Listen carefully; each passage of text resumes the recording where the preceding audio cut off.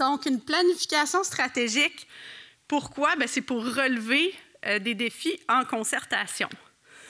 Donc, pourquoi on fait une planification stratégique? Bien, c'est parce qu'on veut se mettre ensemble pour travailler ensemble sur des défis communs qu'on veut travailler en filière. Fait que vous pouvez le faire à l'échelle de votre entreprise pour vous projeter dans le développement des prochaines années de votre entreprise. Puis là, bien, l'exercice, c'est de le faire tout le monde ensemble en filière pour travailler sur nos défis communs. Donc, comment on n'a pas les grandes étapes, si on veut, bien, on a commencé par alimenter des réflexions par une analyse externe. Donc, on a fait un diagnostic qu'on appelle de la filière. Donc, c'est quoi nos forces, nos faiblesses, nos enjeux, nos défis, nos menaces, pour vraiment comme actualiser notre compréhension de notre environnement d'affaires. Donc, c'est quoi notre terrain de jeu en ce moment, puis vers quoi, à quoi on peut s'attendre pour les prochaines années. Après ça, on met tout ça ensemble, puis là, ben, on fait un exercice de consultation. Hein, une planification stratégique en filière, c'est ça, c'est un grand exercice de consultation, de concertation, où on vient chercher un peu la perspective de chacun, les aspirations de chacun, la lecture que chacun a des défis, puis de ce qu'on doit faire pour les relever, ou des opportunités aussi, parce qu'on n'a pas juste des défis, hein, on a des opportunités aussi. Donc, on essaye à travers cette consultation-là de dégager des balises consensuelles pour avoir une vision concertée d'où on veut aller tout le monde ensemble pour les 5 prochaines années.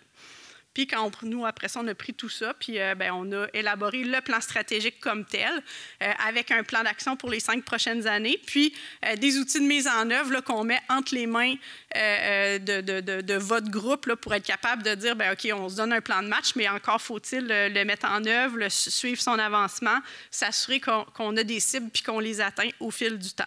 Donc, c'est essentiellement ça, l'exercice de planification stratégique qu'on a fait dans la dernière année.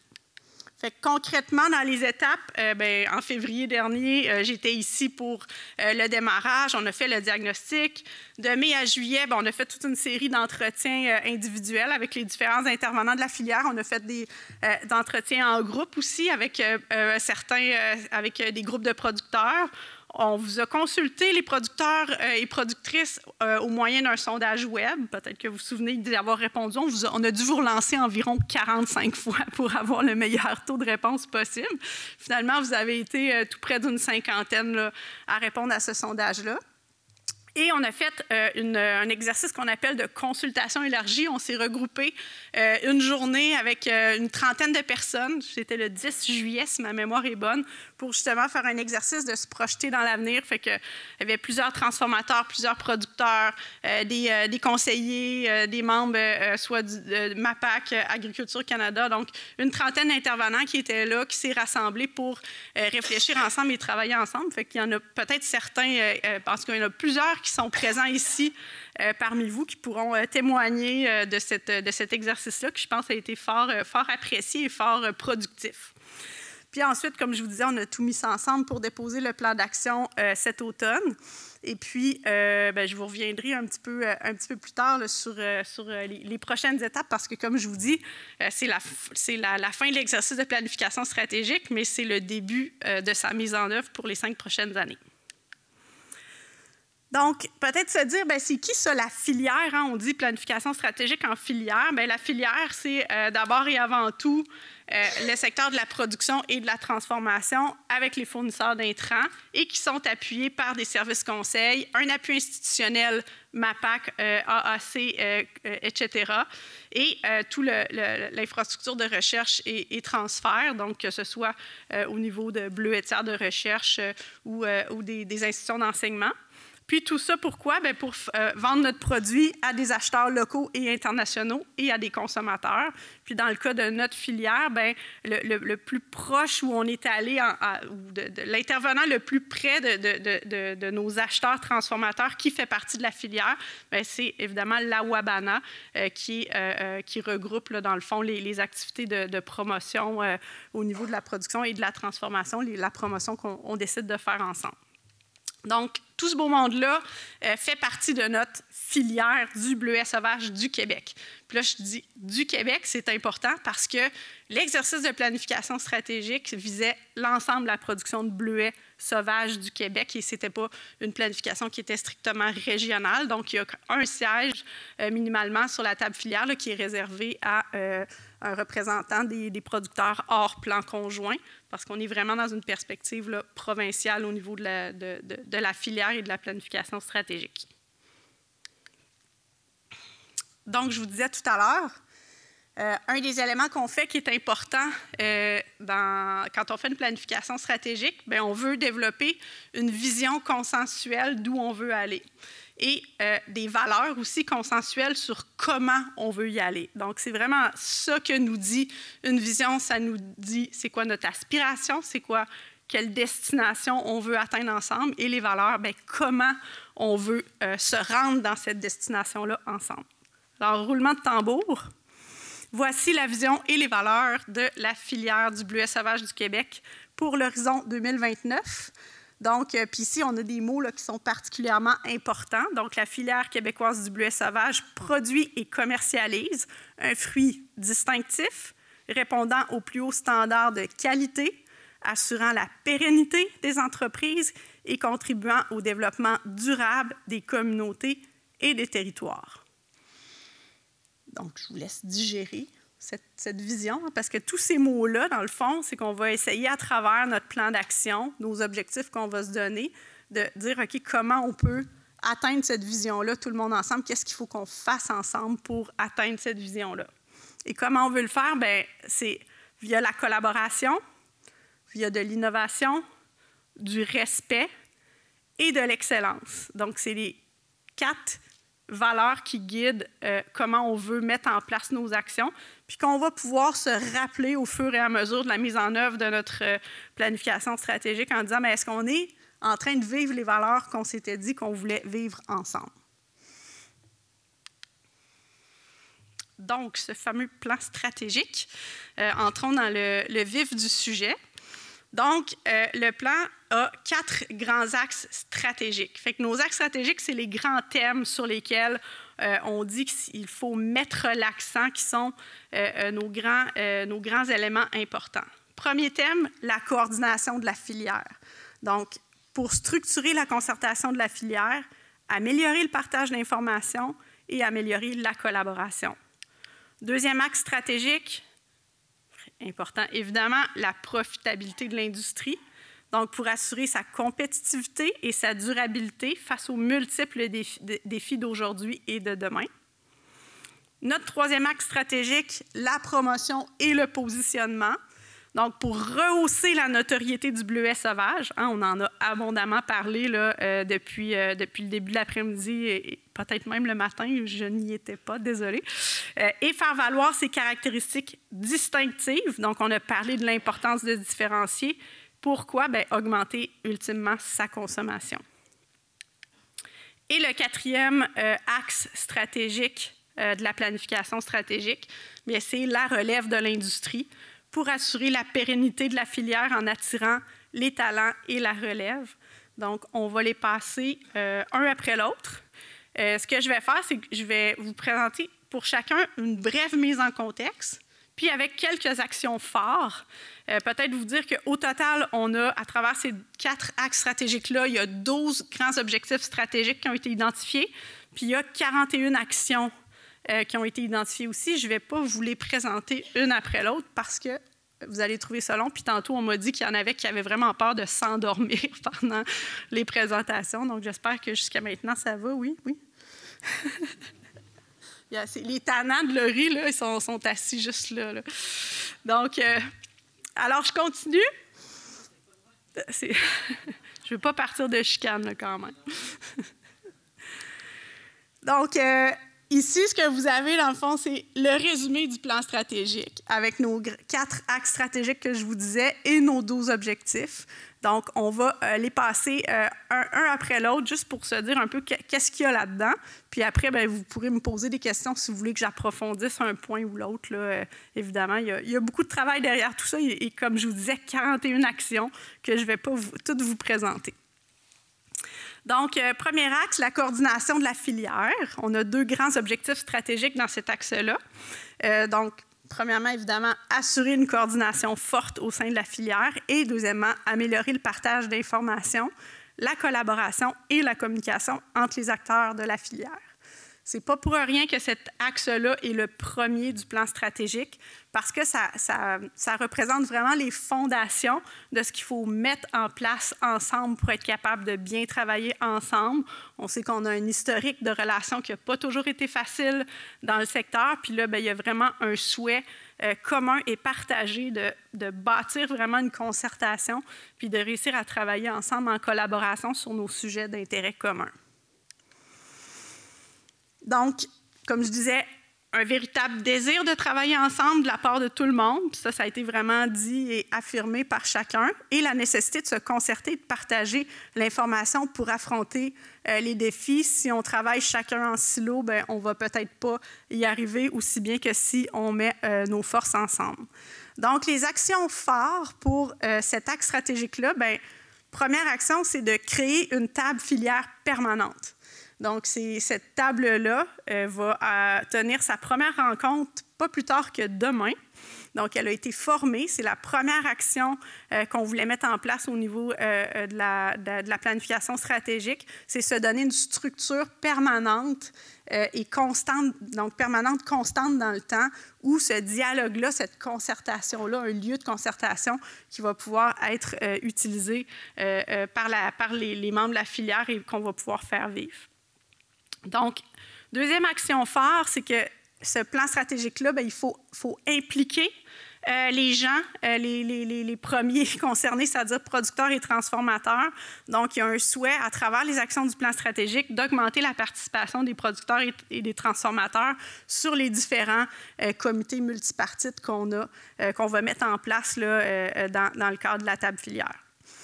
Et aussi se doter d'un plan de communication, donc l'importance de communiquer sur ce que la table filière va faire, les actions, les résultats. Donc, c'est de structurer ça à travers un plan de communication. Fait que c'est des choses qui vont être mises en œuvre là, très rapidement. Notre deuxième axe, donc, et non le moindre, la profitabilité de l'industrie. Donc là, on a 5 objectifs stratégiques. Premièrement, identifier des solutions permettant d'assurer la profitabilité à long terme de tous les maillons de l'industrie. Deuxièmement, assurer la production, la récolte et la conservation d'un bleuet de grande qualité, permettant de maximiser sa valeur sur le marché. Troisièmement, améliorer l'adoption de pratiques de production et de transformation permettant de maximiser les rendements et la productivité. Identifier des mesures de lutte contre les ravageurs et anticiper et s'adapter aux impacts des changements climatiques. Donc, 5 grands objectifs stratégiques qui, comme je vous disais tantôt, vont chacun se décliner dans un certain nombre d'actions plus concrètes. Donc, pourquoi cet axe-là? On en a parlé abondamment cet après-midi de la compétition croissante du bleuet en corymbe. Le fait aussi que le secteur du bleuet sauvage est caractérisé par une grande volatilité des rendements, plus forte que ce qu'on va retrouver, par exemple, dans les bleuets cultivés, et aussi des prix, évidemment. Toute la question de la mouche du bleuet qui vient, dans le fond, venir un peu non seulement menacer les rendements, la qualité, mais aussi le positionnement potentiel du bleuet sauvage sur les marchés. Et les changements climatiques là, qui frappent d'une année à l'autre de façon très imprévisible, mais qui sont définitivement là avec des impacts importants au niveau, entre autres, là, de tout ce qui est date de floraison, date de pollinisation, etc., où là, c'est comme si les cycles naturels et les dates habituelles n'arrivent plus au même moment, puis bien, ça pose toutes sortes d'enjeux qui viennent menacer justement les rendements et la rentabilité des entreprises. Donc, les actions phares pour cet axe stratégique-là, soutenir la recherche-développement et améliorer le transfert. Je sais qu'il y a beaucoup d'efforts qui ont été faits dans les derniers mois à ce niveau-là. Donc, c'est vraiment quelque chose là, qui vient en soutien à l'identification de solutions, l'identification de pratiques qui nous permettent d'assurer cette profitabilité-là puis de répondre aux enjeux qu'on vient de nommer. Rehausser la biosécurité et les moyens de lutte. Donc, on a vu que ça coûtait moins de 5 000 $ une station de biosécurité, si j'ai bien retenu la leçon du questionnaire de tout à l'heure. Ensuite, définir des critères de qualité et mettre en place des moyens pour les atteindre, donc des meilleures pratiques. Fait que ça, c'est des choses qui vont être faites sur 5 ans. Ça ne veut pas dire que dans 3 mois, là, on va mettre en place des critères de qualité. Tout ça, c'est quelque chose qu'on s'est dit, qu'on veut discuter ensemble en filière. On dit que c'est un enjeu, la qualité du produit. Comment on aborde ça tout le monde ensemble? Fait que ça commence par une conversation, puis après ça, bien, il y a des actions qui pourront se mettre en œuvre quand on aura en filière déterminé c'est qu'est-ce qu'on veut faire avec ça, comment on s'attaque à cet enjeu-là de la qualité au niveau du bleuet. Ensuite, réflexion en filière sur l'intensification de la production. T'sais, on l'a dit tout à l'heure, la mouche du bleuet ou autres ravageurs viennent nous amener à poser la question de est-ce qu'on ne devrait pas mettre davantage de pesticides? Est-ce qu'on veut garder notre image sans pesticides, pas juste notre image, mais nos pratiques sans pesticides? Donc, il y a différentes questions qui se posent là-dessus. Si on intensifie, on a des meilleurs rendements, mais on a plus de coûts. Est-ce qu'on perd notre positionnement? Donc, c'est d'engager vraiment une réflexion et un dialogue en filière sur ce positionnement-là. Donc, sur l'intensification ou pas de la production. Est-ce que c'est pour tout le monde? Est-ce que c'est pour une partie de la production? C'est des sujets qu'on souhaite discuter ensemble en filière. Notre troisième axe, promotion et positionnement. On a 3 grands objectifs stratégiques pour cet axe-là. Premièrement, renforcer le positionnement distinctif pour le bleuet sauvage du Québec. Deuxièmement, augmenter la consommation domestique du bleuet sauvage sous toutes ses formes, frais, congelés, transformés, et augmenter la valeur sur les marchés. Donc, je reviens avec notre même enjeu qu'on parlait avec la diminution de la part du bleuet sauvage dans la production mondiale de bleuets congelés. L'enjeu, puis ça a été mentionné tout à l'heure par Laurie, c'est que dans les faits, le consommateur, il ne connaît pas la différence, il ne fait pas la différence. Et puis, on a globalement une consommation de bleuets qui est, notamment au niveau du Canada, qui est en léger recul là, depuis les quelques dernières années. Donc, on est vraiment dans un contexte de plafonnement de la demande avec une offre que vous savez qui est en croissance importante. Donc, comment, à travers tout ça, on est capable de venir distinguer notre produit pour garder notre place sur ce marché-là qui commence à être pas mal encombré. Deuxième élément de contexte, l'augmentation de l'intensité des ravageurs qui est une menace potentielle à notre caractère distinctif, je viens de l'expliquer, et la diversification des marchés et des produits. Puis là, je vous ai mis un petit graphique.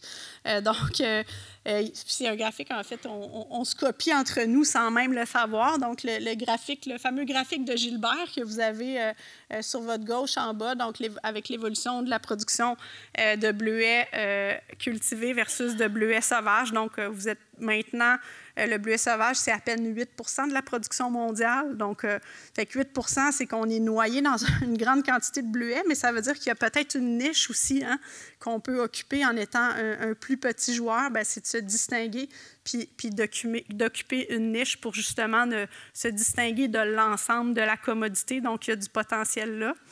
Et on voit que la production est en croissance dans plein d'autres régions du monde. On parlait de l'Amérique du Sud, mais pas que. Donc, oui, l'Amérique du Sud, mais on voit Pologne, Maroc, Portugal, Espagne. Ça reste des volumes qui ne sont pas encore majeurs, mais ce qu'on voit, c'est que la production, contrairement, par exemple, au sirop d'érable, que quand on fait du développement de marché, on est 80 % de la production mondiale, fait que c'est sûr que ça va nous profiter à nous. Mais là, quand on fait du développement de marché, on fait du développement de marché pour tout le monde, incluant les autres. Donc, quelle stratégie on adopte dans un contexte comme ça, puis comment nous, on peut parvenir à distinguer notre produit de cette masse de produits-là qui provient d'un petit peu partout. Donc, je reviens à mon axe. Dans les actions phares pour la promotion et le positionnement, donc, renforcer le positionnement distinctif du bleuet sauvage du Québec. Ça passe comment? Par un accroissement de la promotion sur le marché domestique, même si on sait que ce n'est pas une immense part de votre marché, il ne faut quand même pas le négliger, ce marché-là. C'est le marché où la provenance locale peut avoir une résonance auprès des consommateurs, il ne faut pas l'oublier.